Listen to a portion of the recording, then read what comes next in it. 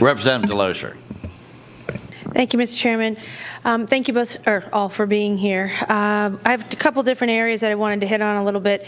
How much gaming dollars have gone back to the local share, to our the communities in our Commonwealth? Representative, it's been a significant amount of money. We have a chart, a schedule that lists out every penny. Okay. And we can provide that to you. Okay. But I don't have it right in front of me. All right. And but it's millions, and it's broken down into the different types of gaming, correct? Each one has their own pocket of money that has gone back to local share, if I understand it correctly?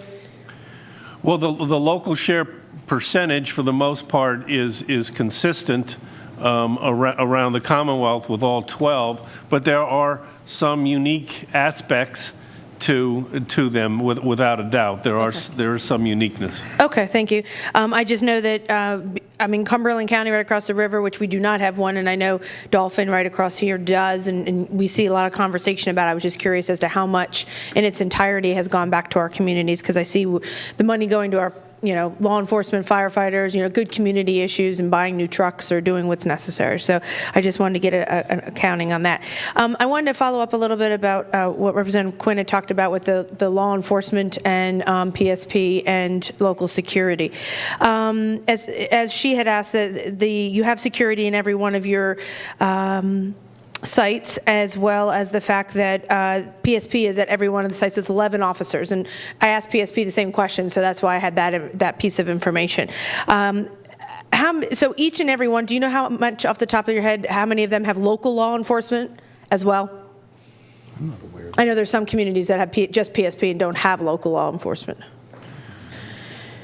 Well, we can certainly assert that the Sugar House Casino has done a very good job of having open lines of communication with the City of Philadelphia Police Department. Okay. And you will see some presence of local police at Sugar House. And most of the local police, not just Sugar House, but Parks as well and Ben Salem, they will respond to incidences that are outside of the facility.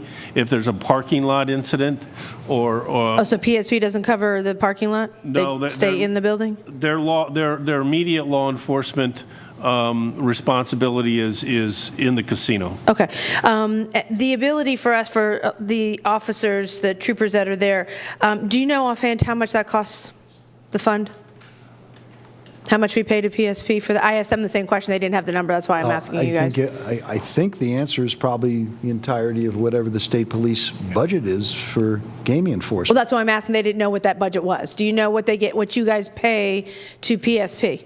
It's approximately $28 million, I believe. Okay, so the cost from the fund. Okay, do the troopers patrol the floor? Yes.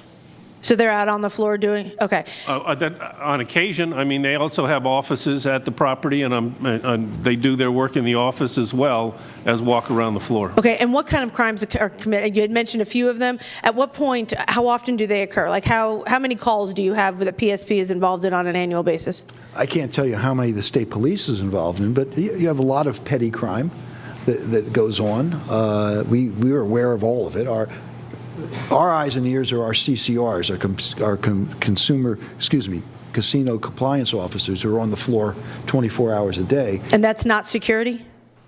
Not our people, no. Our people are there to make sure they have their eyes on what customers are doing and what the casino is doing. So you have them, you have the security on site plus PSP plus the local enforcement? Yeah, you're not going to see all four at any one casino, okay? You have some combination. We are constantly there. Our people work shift. And so is PSP. They say they're on every shift. I don't know that detail. I know that we are on every shift 24 hours a day. Okay. And so we don't know do we have that data as to what kind of calls and what kind of issues we have within the casinos? What types of crimes, I guess, is what I'm asking. The state police maintain uniform crime statistics that break down the categories of incidences that... Just in the casinos? Just in the casinos, okay. Yes, they do. Okay. So they have that information or you have that information? They have that information. Okay. when we have, as they go through with the troopers and everything else, I guess what my point is that it seems a little duplicative that we have 4 entities possibly doing all what is supposed to be, and from what I can tell, not a lot of criminal activity necessarily comes out of the casino. So we have troopers that were paying $29 million. That $29 million could go to, property tax relief or back to our local share. And again, as many of us have said, we're just looking for ways to assist because our troopers are short-staffed. I mean, they say they don't have enough to do the gaming, that they have some shifts that go without. So if the trooper is not there, do you guys survive? I guess you do, since you're... We're not there for law enforcement purposes, Representative. We're there for compliance purposes. Well, I recognize that, but the operation and safety of those that are in that building, I would assume, would be an issue for the board, no? What issue for the board in terms of safety and surveillance is to ensure that the casinos have the resources to handle them appropriately, that they have sound internal controls. Right. And if those internal controls, I have to imagine, would be making sure no one's cheating, correct? Absolutely. Yes, yes. Just saying. I assumed. I made that assumption. Mandatory supervision. There's mandatory training of dealers.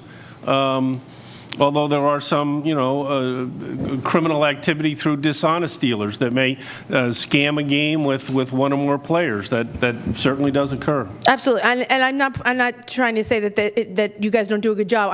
I'm looking at the duplicity of or how many times overlap we have, and when we're PSP's stretched so thin with 140 officers that are doing gaming when we have security and we have local law enforcement as well. It just seems that it's a little bit of an overlap. So I was just trying to get more details on that. Thank you.